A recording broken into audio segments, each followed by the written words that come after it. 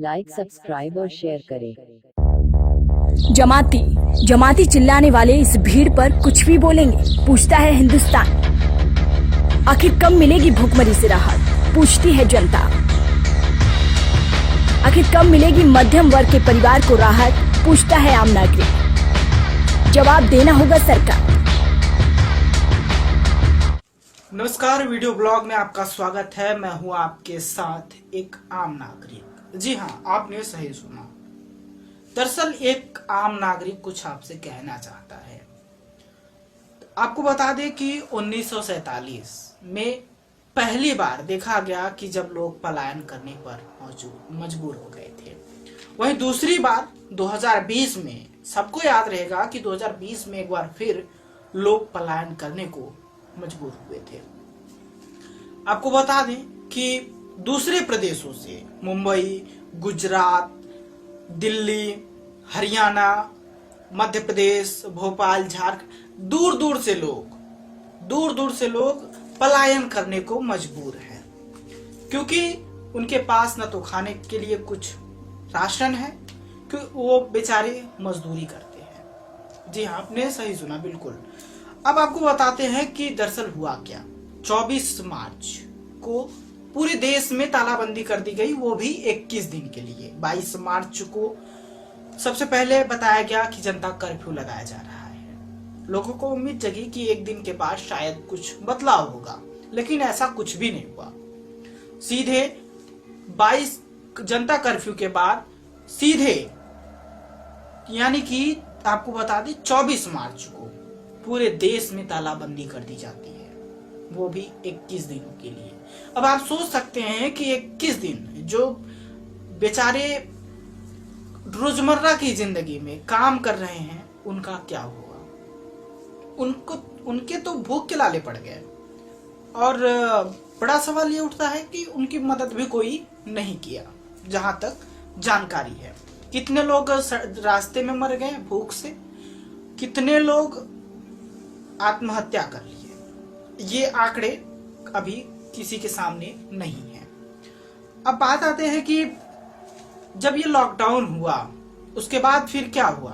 Lockdown के बाद जहां एक तरफ आपको बता दें कि अमीरों के जितने बच्चे विदेश में पढ़ते थे, जो लोग बाहर रहते थे, अमीरों के परिवार की बात कर रहा हूं, उन्हें सरकार ने करोड़ों रुपए खर्च करके विदेश से फ्लाइट से बुलाया वापस। लेकिन क्या गरीब इंसान नहीं होता? क्या उन गरीबों के लिए सरकार के अंदर थोड़ी सी भी दया नहीं आई? हद तो तब हो गई साहब, जब उनसे यहां तक कि ट्रेन के पैसे भी वसूले गए। मामला जब बढ़ गया, मामले को लोगों ने मुद्दा बनाया। एक तो अच्छी बात यह है कि सोशल मीडिया एक ऐसा अच्छा प्लेटफॉर्म है जिसपे आप अपनी बात रख सकते हैं। तो हुआ यूं ही। आपको बता दें कि लॉकडाउन में सबसे ज्यादा अगर कोई दुखी है तो वो मिडिल क्लास की फैमिली दुखी है, क्योंकि वो किसी से अपनी बात कह नहीं सकती। ठीक है, ना तो वो ज्यादा अमीर है, ना तो वो ज्यादा गरीब है। वो अपनी बात किसी के सामने रख नहीं सकती, जिसका खामियाजा आज उसे भुगतना पड़ रहा है। अब आगे बढ़ते हैं। एक सवाल यह है कि अभी हाल ही में आपने सुना होगा कि कांग्रेस ने पीएम पर एक आरोप लगाए थे कि भगौड़ों के कर्ज माफ कर दिए गए। नीरव मोदी जैसे तमाम जो भी हैं, आप जानते होंगे, उनके कर्ज माफ कर दिए गए। तो उनसे मेरा सवाल यह है कि अगर आप ऐसे लोगों के पैसे माफ कर सकते हैं सरकार, तो उन गरीबों का आप पैसे माफ नहीं कर सकते? कर्ज आप माफ नहीं करते, जिनकी वजह से वो फांसी पे झूल जाते हैं, आत्महत्या कर लेते हैं, क्योंकि कर्ज में डूब जाते हैं। और जो ये रिश्वतखोरी है ना, इससे भी वो परेशान रहते हैं। जो कुछ पैसा आता है वो उसी में खर्च हो जाता है। उनके पास बचता ही क्या है सिवाय उन्हें मौत के। अब बढ़ते हैं अगले मुद्दे पे कि आखिर ये सब हो गया तो सरकार ने क्या कुछ किया। सरकार ने सीधे इन सब लॉकडाउन वगैरह होने के बाद गरीब एक तरफ मर रहा है, उससे किसी को कोई दिक्कत फर्क नहीं पड़ रहा है, सब अपना आराम से बैठे हैं घरों में। ठीक है, सरकार ने अच्छी नीति अपनाई और खुद एक ट्रस्ट बनाया। ट्रस्ट मतलब आप समझ सकते हैं कि अगर आपका कोई ट्रस्ट है तो उसमें आपका जो भी पैसा है तो हम उसमें RTI लगा के ये नहीं पता कर सकते कि आपका कितना पैसा है क्या नहीं, कुछ भी हम जानकारी उसमें से नहीं ले सकते। बात करते हैं कि सरकार ने आपको बता दें कि कुछ ऐसा ही चाल चला। और एक आपको बता दें कि रिलीफ फंड जो होता है, आपने सुना होगा सरकारी, उसे प्रधानमंत्री राहत कोष भी कहा जाता है, कि जो कि कभी भी जरूरत पड़ने पर लोगों के काम आता है। ये भी आप अच्छी तरीके से जानते होंगे। लेकिन उसका क्या कुछ कोई फायदा हुआ? वो फायदा जो होगा वो अगली सरकार किसी और की आएगी तो वो जो उनका पर्सनल ट्रस्ट है वो उन्हीं के खाते में रहेगा, किसी और के खाते में नहीं जाने वाला है। ठीक है, जहां तक ये आंकड़े कहते हैं, लोग कहते हैं। अगली बात हम आपको बताते हैं कि अब तक लगभग इसमें जब ये खोला गया खाता उसमें एक हफ्ते में लगभग 6,500 करोड़ रुपए जमा हो गए। सोचिए कितनी बड़ी रकम, 6,500 करोड़ रुपए। और वो ये तो कम आंकड़े, मतलब जब ट्रस्ट शुरू हुआ उसके एक हफ्ते के बाद का ये आंकड़ा बता रहे हैं हम आपको। उसके बाद न जाने कितने लोगों ने पैसे इकट्ठे किए और चंदा इकट्ठा किया और भेज दिया ट्रस्ट में। लेकिन अब बड़ा सवाल ये उठता है कि वो ट्रस्ट का पैसा गया कहां?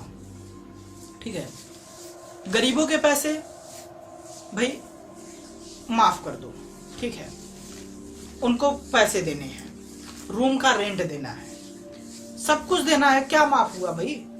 यहाँ तक टीचर के पैसे भी देने हैं, सब कुछ तो देने हैं, क्या कुछ माफ हुआ? सिर्फ कहने को सर कागजी कार्रवाई और जमीनी हकीकत बहुत कुछ है। अब मेरा सवाल एक छोटा सा उन भाइयों से है जो हमारे बंधु हैं कि क्या आपने कभी इन छोटे छोटे मुद्दों को दिखाने की कोशिश की? जी नहीं, बिल्कुल नहीं। आपको तो कोई एक अच्छा सा मुद्दा मिल जाए बस आप तो उसी में साहब मस्त हो जाते हैं। लेकिन 1947 और 2020 जब लोग उस बार पलायन कर रहे थे, लोग अब इस बार पलायन कर रहे हैं, तो अब बड़ा सवाल ये उठता है कि सरकार ने क्या जहमत नहीं उठाई कि हम उनके लिए कुछ पैसे लोगों को दें या फिर उन तक राहत पहुंचाई जाए।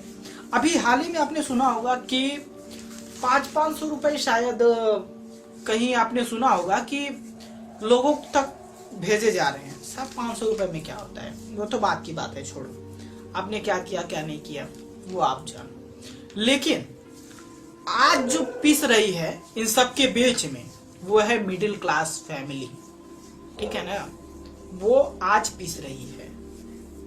आपने शराब के जो ठेके थे उनको तो खुलवा दिया, जी हाँ, आपने शराब के ठेके खुलवा दिए, बहुत अच्छी सोच है आपकी, बुरी भी नहीं है ज्यादा।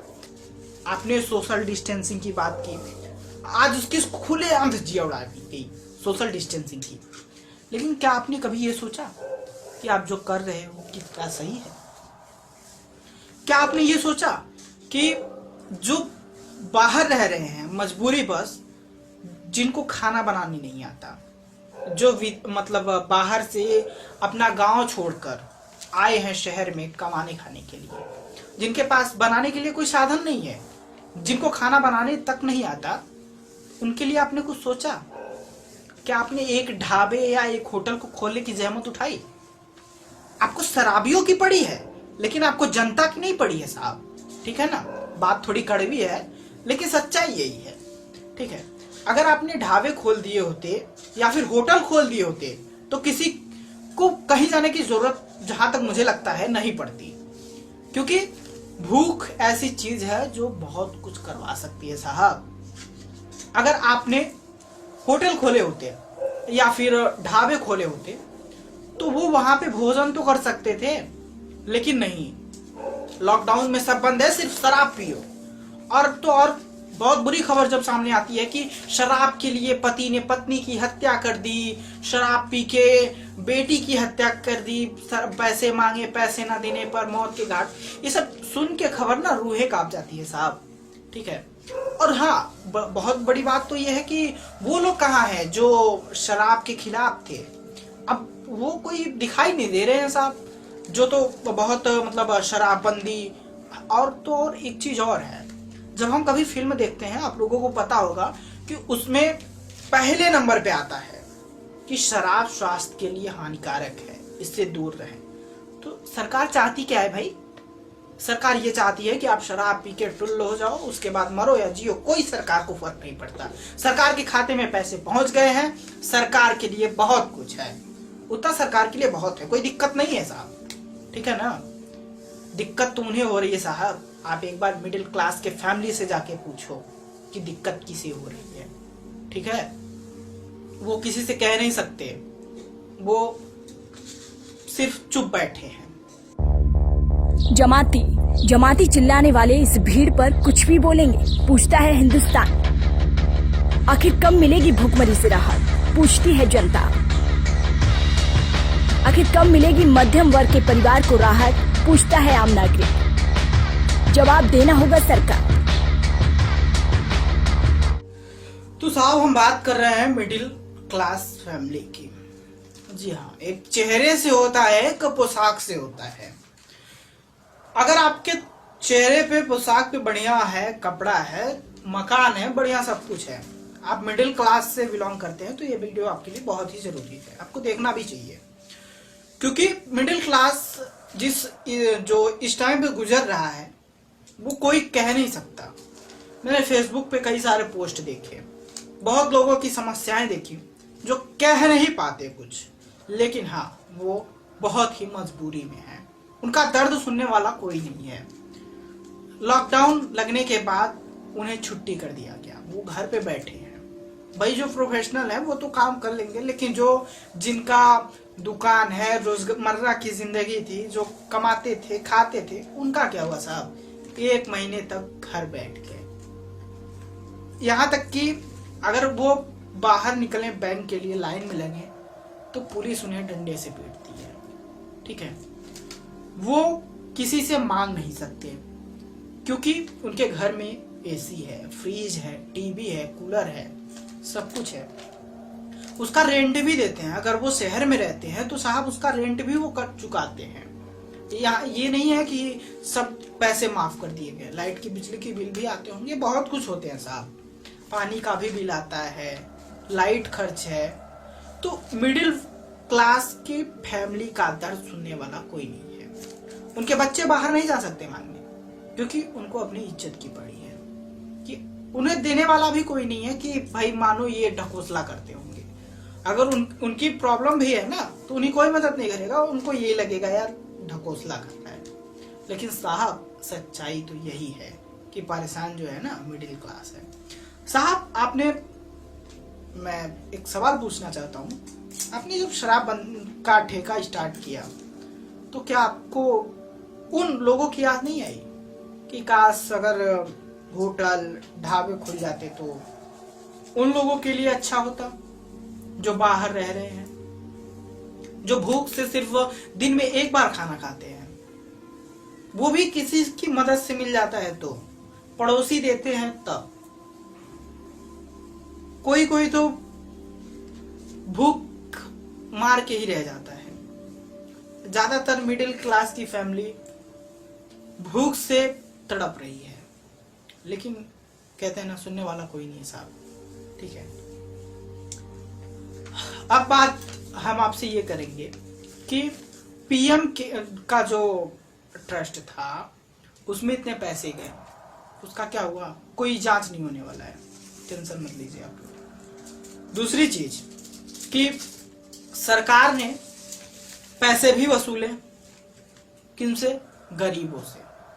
बाद में क्या हुआ कोई नहीं जानता, लेकिन हाँ पहले तो फ्री, बाद में रास्ते में पैसा लिया गया, लेकिन किससे? वो भी गरीबों से लिया गया। अगर वो बड़े होते हैं तो उनसे नहीं लिया जाता।